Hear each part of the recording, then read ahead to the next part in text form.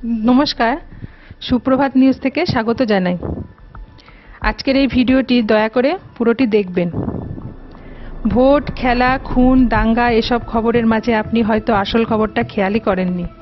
কয়েকদিন আগে নীতি নিয়োগ জানিয়েছে 2020 সালের মধ্যে ভারতের 21টা বড় শহরের ভূগর্ভস্থ জল একদম শেষ হয়ে যাচ্ছে। আপনি এই কথাটার বাস্তবতা কতটা কঠিন হতে পারে হয়তো ভাবতেও পারছেন না। সময় হাতে একদম নেই। মাত্র 1 বছরে কত কিছু শেষ হতে দেখবেন চোখের সামনে। নিজেও পস্তাবেন এক বোতল জলের জন্য। রাজস্থানে গরমকালে জল পাওয়া যায় না আমরা অনেকেই জানতাম, কিন্তু বেশ কয়েক বছর হলো মহারাষ্ট্রও সে কথায় নাম লিখিয়েছে। সেটা অনেকেই জানি না।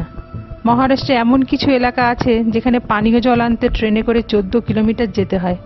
কাতরাচ্ছে মানুষ।